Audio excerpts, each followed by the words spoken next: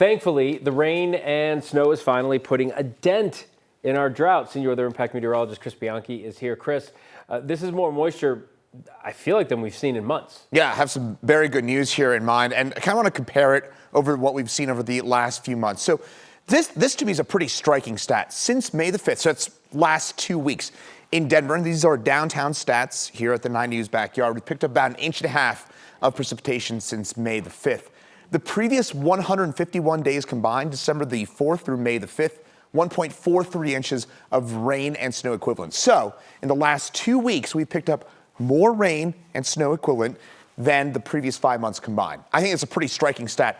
If that's not striking to you, take a look at this. In Fort Collins, in the last 2 weeks, you picked up more rain and snow equivalent than the previous 7 months combined, going back to late September through early May. That is a really striking number here, folks. So we're seeing enough rain here that we're not only putting a dent into the drought, but we're putting a pretty serious dent into those year-to-date gaps. So this upcoming drought monitor update, just as a reminder, the drought monitor, this map, this gets refreshed every Thursday, but it is based on data through the previous Tuesday morning. Of course, it's Tuesday. That means all the rain that we picked up yesterday and this morning will be reflected in this, and I expect up here in northeastern Colorado some considerable erosion in the drought. So some good news coming up. I do expect that on Thursday we'll probably see, I think, some cutting of those drought conditions across northeastern Colorado. So we're denting the drought. I also want to be clear. This is good news. We have not solved the drought. Remember, this goes back to really last July and August. So this is about a 9-month drought at this point,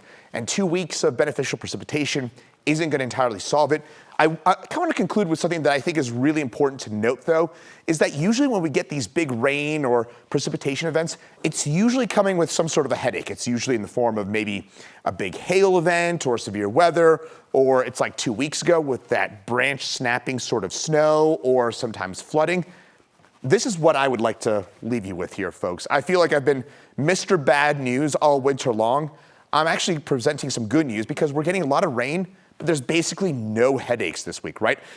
If you're going to the Rockies game tonight, probably not going to be a lot of fun there because it'll be cold and drizzly and rainy, but we're not talking about any serious headaches, right? We're not talking about a lot of power outages or severe weather. We're just getting rain, and it's hopefully here, Kim and Phil, some pretty good news overall. We can deal.